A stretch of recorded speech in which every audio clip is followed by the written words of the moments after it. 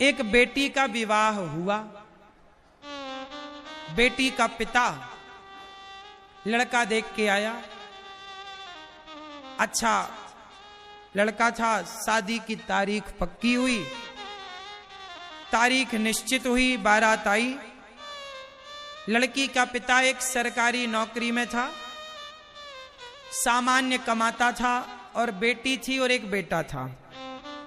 बहुत पैसा नहीं था, सामान्य सी नौकरी थी, छोटी सी, घर का दाल रोटी चलता था। पर बेटी के विवाह में लड़की के पिता ने अपनी सरकारी जो नौकरी थी, उस सरकारी नौकरी से थोड़ा सा लोन ले लिया। सरकारी नौकरी में लोन मिल जाता है ना, थोड़ा सा लोन लिया कि बेटी का ब्याह है, 2-5 लाख जो भी उसने लोन लिया हो, उस बहुत पुरानी बात है, जो भी उस समय की जरूरत थी उसने लिया, लोन लिया और विवाह शुरू हुआ। बारात आई, मंडप के नीचे दुल्हा आया कि तभी दुल्हे ने डिमांड करी कि मुझे तो 4 चक्के की गाड़ी चाहिए, 4 व्हीलर गाड़ी चाहिए। लड़की का पिता बेचारा सामान्य था, सामान्य घर का था। दामाद जी से कहा, दामाद जी हमारी आपकी ऐसी कोई बात तो हुई नहीं थी कि हम आपको गाड़ी दें, हमारे पास इतनी हैसियत नहीं थी, आपने पहले बताया नहीं, हम मंडप के नीचे कह रहे हो कि गाड़ी दोगे तो ही बेटी का विदा करेंगे बेटी को। अब बेचारा लड़की का बाप परेशान हो गया, कहां से वो गाड़ी के पैसे लाता, कहां से गाड़ी खरीदता। जैसे तैसे उसने बेटी का ब्याह न टूटे, बेटी की खुशी पे आग ना लगे। एक बेटी का बाप तो भला ही चाहता ना अपनी बेटी का। बेचारे ने अपना घर गिरवी रख दिया, और घर गिरवी रखकर बैंक से तो लोन ले ही चुका था जितना बना, घर भी गिरवी रख दिया। और घर गिरवी रख के उसने एक गाड़ी खरीदी 4 चक्के की, और अपने दामाद को दिया। सवेरे लड़की उस गाड़ी में विदा हुई। बाप खुश है, क्या करे बेचारा, चुकाएगा। लेकिन लड़की ने सब कुछ देखा, कुछ बोली नहीं पर देखा सब। एक दिन उसका पति शादी के कुछ दिनों के बाद, चलो आज घूमने चलते। पति गाड़ी चला रहा, पत्नी बगल में बैठी, वही दहेज वाली गाड़ी, तेज चलाए जा रहा। पत्नी बोली, धीरे चलाओ स्वामी, धीरे चलाओ स्वामी। पर दहेज की गाड़ी तो आदमी ऐसे चलाता है, तो वो भी चलाए जा रहा है। बड़ी तेज गाड़ी जा रही थी कि सामने एक मंदिर था, एक भिखारी सड़क पार कर रहा था, अपाहिज था, लंगड़ा, बैसाखी लेके सड़क पार कर रहा। गाड़ी इतनी तेज थी कि ब्रेक लगाते लगाते जाकर बिल्कुल भिखारी से टच कर छूती हुई खड़ी हो गई। भिखारी बाल बाल बचा, चढ़ जाती गाड़ी, मर जाता भिखारी।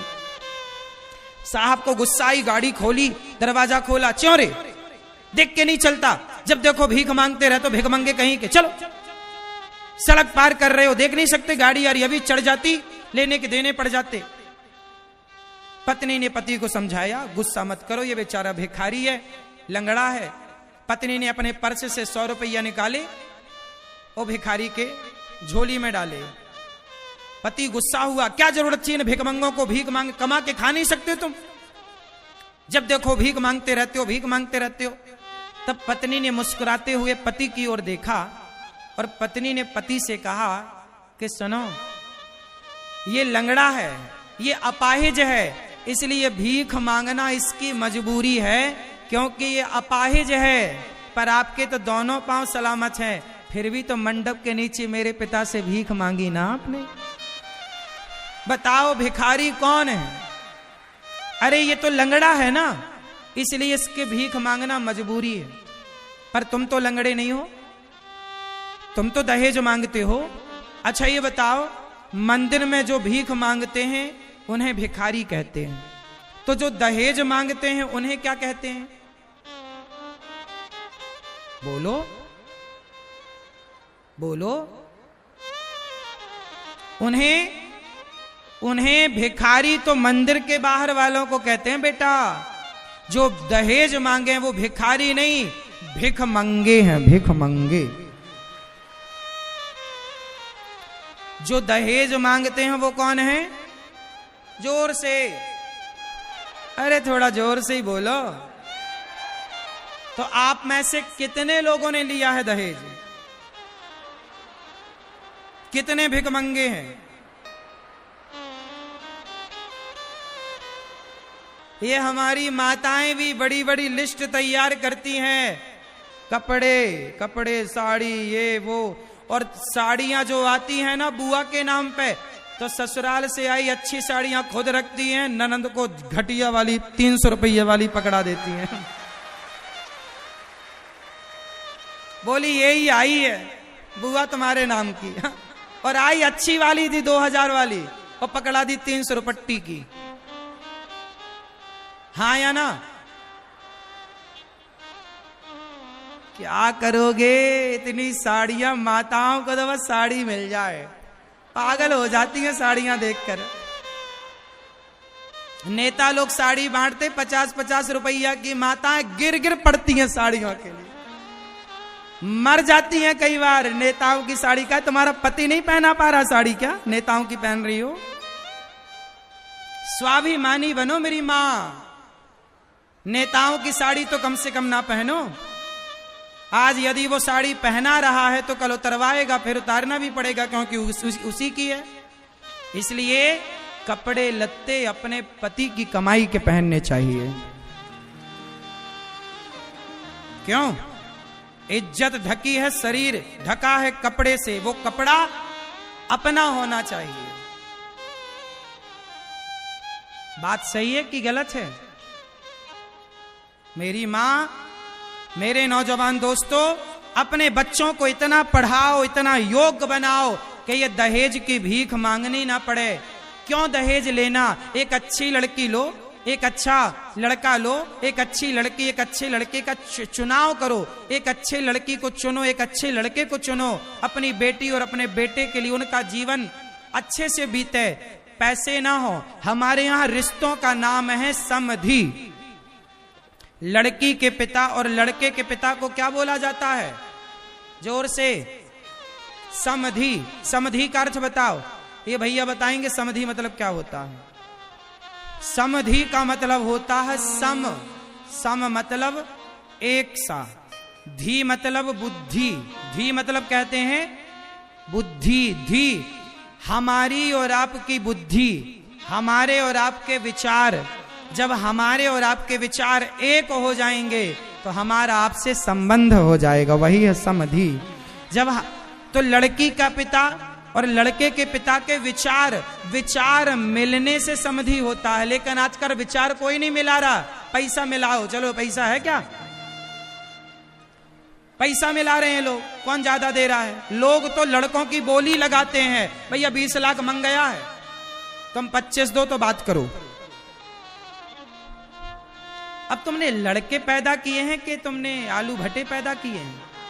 बेच रहे हो तुम बाजार में, मंडी में, लड़के को ले लो 20 लाख में, लड़के को ले लो 25 लाख में, जो ज्यादा दे वो ले जाए। क्यों, ऐसा है कि नहीं? अब बताओ। और ये लड़के भी, हमें तो गाड़ी चाहिए, नालायक कहीं का गाड़ी चाहिए। तेरे बाप में तो ताकत है नहीं कि तुझे गाड़ी दिला सके, ससुर से भीख मांगने में शर्म नहीं आती? ससुर से भीख मांग रहे हो, गाड़ी दे दो ससुर जी, गाड़ी। नालायक, इनको मिर्ची का धुआं दो उल्टा लटका के। तेरे बाप में तो ताकत है नहीं कि तुझे गाड़ी दे सके, है ना? ससुर से गाड़ी मांग रहा है, मतलब हद हो गई मूर्खता की मैया। तुमने बच्चे पैदा किए हैं कि गीदड़ पैदा किए हैं? अरे एक बच्चा पैदा करो पर शेर पैदा करो। सुनो, एक शेर होता है सर्कस का, एक शेर होता है जंगल का। क्या अंतर है दोनों में? सर्कस का शेर जो होता है ना, ये मांस के मालिक के टुकड़ों पर पलता है, शेर है पर सर्कस का है। तो सर्कस के शेर को टाइम टू टाइम मालिक आता है, मांस का टुकड़ा डाल करके चला जाता है। एक बार सर्कस के शेरों को जंगल में छोड़ दिया। सरकार ने कहा कि शेर तुम टॉर्चर करते हो, चलो सर्कस बंद करो, जानवरों को जंगल में छोड़ो। एक बार सर्कस के शेरों को जंगलों में छोड़ा तो 12 शेर छोड़े, 12 में से 8 शेर जंगली कुत्तों ने खा लिए। शेरों का शिकार कुत्तों ने कर लिया। पता लगाया कि भाई शेर का शिकार कुत्तों ने कैसे किया, तो पता लगा कि ये शेर जो थे ना, वर्षों तक रहते रहते सर्कस में शिकार करने का टैलेंट भूल गए थे, और जब खुद शिकार कर नहीं पाए तो भूख से तड़प गए, तो कमजोर पड़ गए, और कमजोर शेर का कुत्तों ने शिकार कर लिया। तो जो सर्कस का शेर है वो मालिक के टुकड़ों पर पलता है। अब देखो, जो बच्चे जिसके माता पिता बैंक बैलेंस बनाते हैं, पैसा प्रॉपर्टी बनाते हैं, आप अपने बच्चों को जितनी सुख सुविधाएं दोगे, जितना धन दौलत उनके लिए जोड़ोगे, आपके बच्चे उतने ही अपाहिज होंगे और आपके बच्चे सर्कस के शेर बन जाएंगे। खुद का टैलेंट नहीं है कमा के खाने का, बाप के टुकड़ों पर, जैसे सर्कस का शेर मालिक के टुकड़ों पर पलता है, ऐसे अपने पिता के टुकड़ों पर बच्चे पलते हैं। शेर तो वो है सर्कस का नहीं, जंगल का, जो अपना शिकार खुद ढूंढता है, खुद उसका शिकार करता है, खुद खाता है। कौन सा शेर अच्छा है, जंगल का कि सर्कस का? जोर से। तो जो लोग अपने बच्चों को पढ़ाते लिखाते योग्यता तो देते हैं, लेकिन इतनी सारी दौलत दे के जाते हैं और संस्कार देना भूल जाते हैं, वो बच्चे सर्कस के शेर बन जाते हैं। मैं आपसे बस इतनी सी प्रार्थना करूंगा कि अपने बच्चों को ऐसा बनाओ कि उन्हें किसी के टुकड़ों पर ना पलना पड़े, वो अपना शिकार खुद करें। गाड़ी चाहिए ना, अपने मेहनत से खरीदो। सपने देखो तो अपने बलबूते देखो, उसे अपने बलबूते पूरा करो। बाप के बलबूते भी सपने क्या देखना। मेरा सिद्धांत बड़ा साफ है, मैं कहता हूं कि बाप के भरोसे भी सपने ना देखो, अपने बलबूते पर देखो।